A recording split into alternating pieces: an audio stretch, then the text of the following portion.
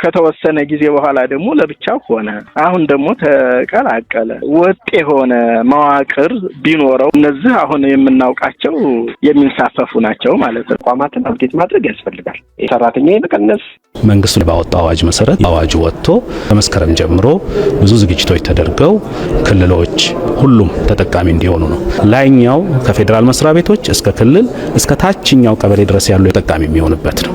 ሰላም ጤና ይስጥልኝ። የሰዓቱን መረጃዎች ይዘን ቀርበናል። በቅድሚያም ዋና ዋናዎቹን እናስቀድም። ለመንግስት ሰራተኞች አስደሳች ዜና ተሰማ። መንግስት ለሰራተኞቹ የምስራች አብስሯል። መንግስት ለሰራተኞቹ ተጠቃሚነት የሚያደርገውን ጥረት አጠናክሮ ቀጥሏል። ደሞዝ ጭማሪ፣ የመኖሪያ ቤት እድል፣ ነጻ ሕክምናና ሌሎችም መንግስት ለሰራተኞቹ ይፋ ያደረገውን አስደሳች መረጃን ጨምሮ በዝርዝር እንመለከታለን። ይህ በእንዲህ እያለ መንግስት እየተገበረ ያለው የሰራተኞች ምዘናና አደረጃጀት ተጠናክሮ ቀጥሏል።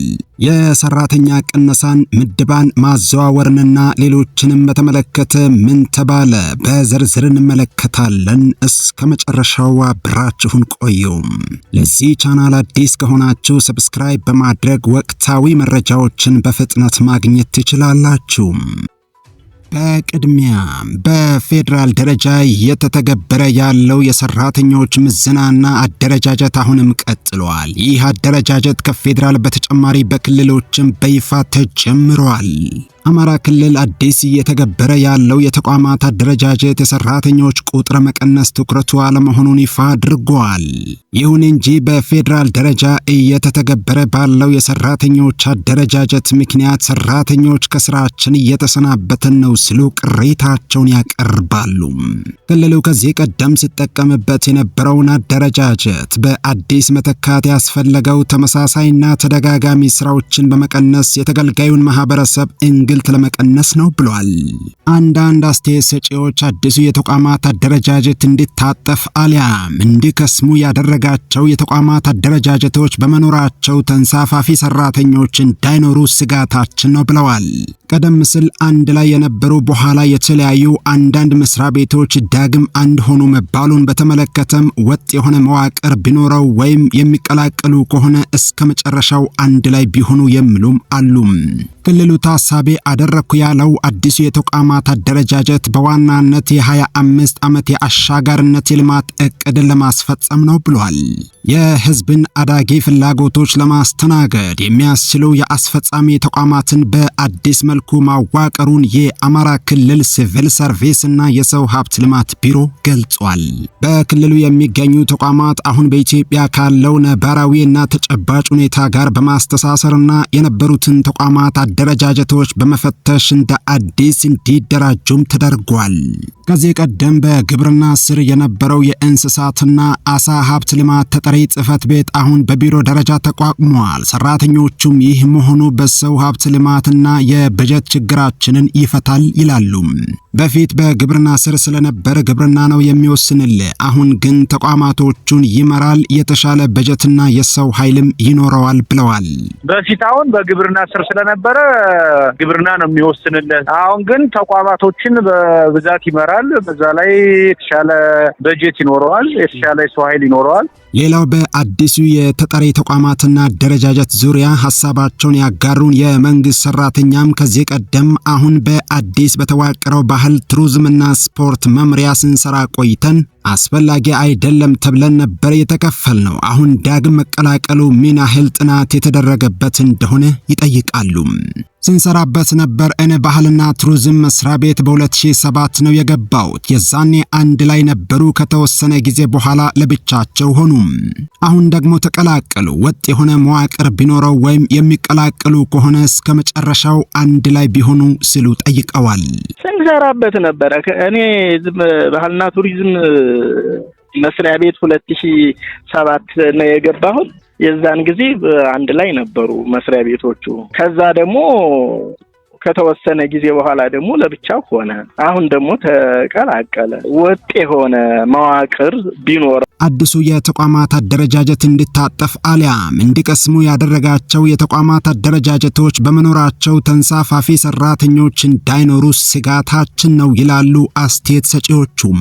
ለምሳሌ ባህልና ቱሪዝም ላይ አንድ ፕላኒንግ አለ፣ ስፖርትም ላይ አለ፣ ጸሐፊም እኛ ጋር አለ፣ እነሱ ጋርም አለ። ስለዚህ ፕላኒንግና ጸሐፊ አሁን የምናውቃቸው የሚንሳፈፉ ናቸው ማለት ነው ሲሉ ስጋታቸውን ገልጸዋል።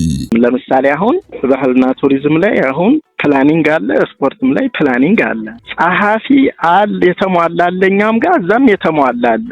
እነዚህ አሁን የምናውቃቸው የሚንሳፈፉ ናቸው ማለት ነው። ይህ አዲሱ የተቋማት አደረጃጀት በክልሉ እስከ ታችኛው ያሉ ተቋማት ያላቸው የስራ ትስስርና ተመጋጋቢነት የ25 ዓመት የአሻጋሪነት የዘላቂነት ልማት እቅድን እያደገ የመጣን የህዝብ የመልማት ፍላጎት መሰረት ያደረገ ነው የሚሉት በአማራ ክልል ሲቪል ሰርቪስ እና የሰው ሀብት ልማት ቢሮ የአደረጃጀት እና ስራ ምዘና ዳይሬክተሮት ዳይሬክተር የሆኑት አቶ አንተነህ ይስማው ናቸው።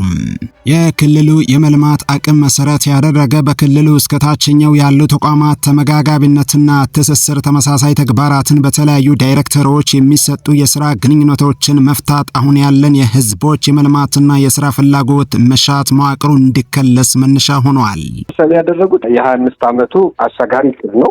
የክልሉን የመልማት አቅም መሰረት ያደረገ ነው። የክልሉ እስከ ታችኛው ያለው ተቋማት ያላቸው ትስስርና ተመጋጋቢነትን፣ ሌላው ተመሳሳይ ተግባራትን በተለያዩ ዳይሬክተሮች ያላቸውን የስራ ግንኙነት የመፍታት አሁን እያደገ የመጣው የመልማት ፍላጎት፣ የህዝቦች የአገልግሎት ፍላጎት መሻት መዋቅሩን ሪቫይዝድ እንድናደርግ አንዱ መነሻ ሆኗል። በተደጋጋሚ አዲስ ተቋማዊ አደረጃጀት መፍጠር ተቋማትን ተቋማዊ ባህሪ ከማሳጣትና ሰራተኛውም አዲስ የስራ ባህል ውስጥ ከማስገባት አንጻር አደረጃጀቱ እንዴት ይታያል ያልናቸው አቶ አንተነህ ይስማው ተከታዩን ብለዋል።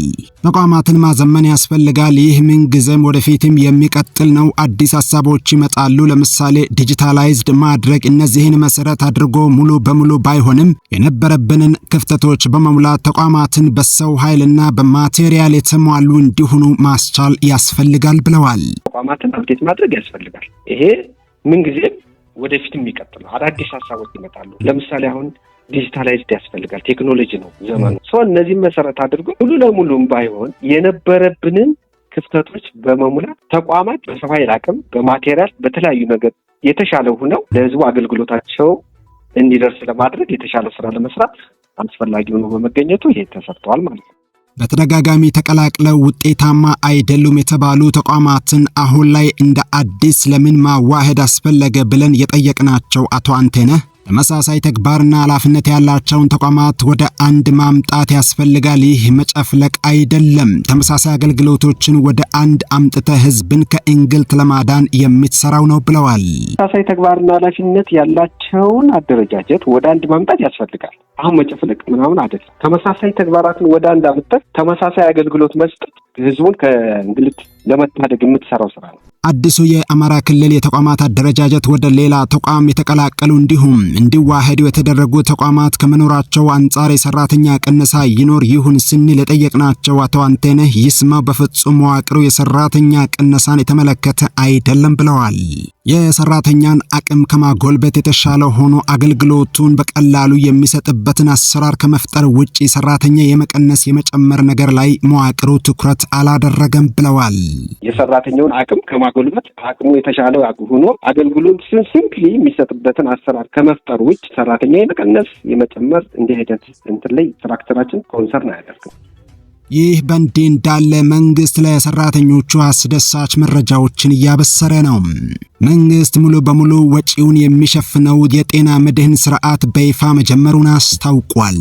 የኢትዮጵያ የጤና መድህን አገልግሎት የጤናውን ዘርፍ የመንግስት ሰራተኞችና ቤተሰቦቻቸውን ተጠቃሚ የሚያደርገውና ሙሉ በሙሉ ወጪው በመንግስት የሚሸፈነው የማህበራዊ ጤና መድህን ስርዓት የተቋሙ የማኔጅመንት አባላት፣ የሆስፒታል ኃላፊዎችና ተወካዮች፣ አጋር ድርጅት ተወካዮች፣ የሚዲያ ባለሙያዎችና ጥሪ የተደረገላቸው አካላት በተገኙበት በይፋ ተጀምሯል። የኢትዮጵያ የጤና መድህን አገልግሎት ዋና ዳይሬክተር አቶ ተስፋዬ ወርቁ የማስጀመሪያ መርሃ ግብሩን ሲከፍቱ የሀገር እድገትን እውን ማድረግ የሚቻለው ጤናማና አምራች ዜጋ መፍጠር ሲቻል ነው ብለዋል። በመሆኑም የጤና ፖሊሲ መሰረት በማድረግ በርካታ ስትራቴጂና ሪፎርሞች ተቀርጸው በመተግበር በርካታ ለውጦችና ውጤቶች ማስመዝገብ መቻሉን ዋና ዳይሬክተሩ ተናግረዋል። ዋና ዳይሬክተሩ አክለው በየጊዜው እየተመዘገቡ ያሉትን አበረታች ውጤቶች ተጠናክረው መቀጠል እንዳለበት ያሳሰቡት አቶ ተስፋዬ ለዚህም የጥራት ደረጃን የጠበቀ የጤና አገልግሎት ለሁሉም ዜጎች በፍትሃዊነት ተደራሽ በማድረግ ሁሉን አቀፍ የጤና ሽፋን ለማሳካት እንዲቻል ከወጣው የተለያዩ ስትራቴጂና ፕሮግራሞች አንዱ የጤና መድህን ስርዓት መሆኑን አመላክተዋል። መንግስት በሰጠው ለዜጎች ልዩ ትኩረት በማህበረሰብ አቀፍ ጤና መድህን 19 ሚሊዮን የሚሆኑ የህብረተሰብ ክፍሎች ወጪ ተሸፍኖላቸው የሕክምና አገልግሎት እያገኙ እንዳሉ የጠቆሙት ዋና ዳይሬክተሩ አሁን ደግሞ የጤና ዘርፍ የመንግስት ሰራተኞችና ቤተሰቦቻቸው የሚወጣውን ወጪ ሙሉ በሙሉ የደሞዛቸው 6% በመሸፈን አገልግሎት እንዲያገኙ ማድረጉን አቶ ተስፋዬ ወርቁ የኢትዮጵያ የጤና መድህን አገልግሎት አስታውቀዋል። የኢትዮጵያ ጤና መድህን አገልግሎት ምክትል ዋና ዳይሬክተር ወይዘሮ ያምሮት አንዱዓለም በበኩላቸው የዛሬው ቀን ታሪካዊ ቀን ነው ብለዋል። የጤና ዋስትናችን በእጃችን የገባበት ቀን ነው ብለዋል። የኢትዮጵያ የጤና መድህን አገልግሎት እስካሁን በርካታ የዝግጅት ስራዎች የሰራ መቆየቱንና ስራውን ባለመጀመራችን እስካሁን ሰራተኞች ቅር ብለዋቸው መቆየታቸውን አክለዋል። መንግስት ልዩ ትኩረት ሰጥቶ ሙሉ በሙሉ ወጪ ለጤናው ዘርፍ ሰጥቶ ዛሬ መጀመሩ ወደ አዲስ ምዕራፍ የተሸጋገርንበት ቀጣይ ለሁሉም መንግስት ሰራተኞች መልካም ብሩህ መጪ ጊዜ እንደሚሆን ተስፋ የተጣለበት መሆኑን አስታውቀዋል። የኢትዮጵያ ጤና መድህን አገልግሎት የአባላት አስተዳደርና ሀብት አሰባሰብ መሪ ስራ አስፈጻሚ አቶ ጉዴታ አበበ መንግስት በ2017 ዓመተ ምህረት ብቻ በጤና መድህን ወደ 7 ቢሊዮን በመደጎም ዜጎች ጥራት ያለው የጤና አገልግሎት እንዲያገኙ ማድረጉንና አሁን ደግሞ የጤና ዘርፍ ሰራተኞችንና ቤተሰቦቻቸውን ሙሉ በሙሉ ወጪያቸውን በመሸፈን ተጠቃሚ እንዲሆኑ ማድረጉ ጤናማ ዜጋ ለጤናማ እድገት ቁርጠኛ መሆኑን ያሳያል ብለዋል። የኢትዮጵያ ጤና መድህን አገልግሎት የአገልግሎት ሰጪ ጉዳይ ማረጋገጥ መሪ ስራ አስፈጻሚ ፈለጉሽ ብርሃኔ ቀን ከሌሊት የሚደክመውን የጤና ዘርፍ ባለሙያ የሚያካትተው ማህበራዊ ጤና መድህን በመጀመሩ ደስተኞች ያደርገናል ብለዋል። ወይዘሮ ፈለጉሽ በሄልዝ ፋሲሊቲ፣ ቤኔፊት ፓኬጅ፣ ሜዲሲን ሊስት፣ ፔመንት ፕሮሲጀር፣ ሪፈራል ሲስተም፣ ኮንትራክቹዋል አግሪመንት በሚሉ ርዕስ ጉዳዮች ላይ ገለጻ አድርገው ሰፊ ውይይት በተደረገበት ወቅት ነው ይህንን የተናገሩት።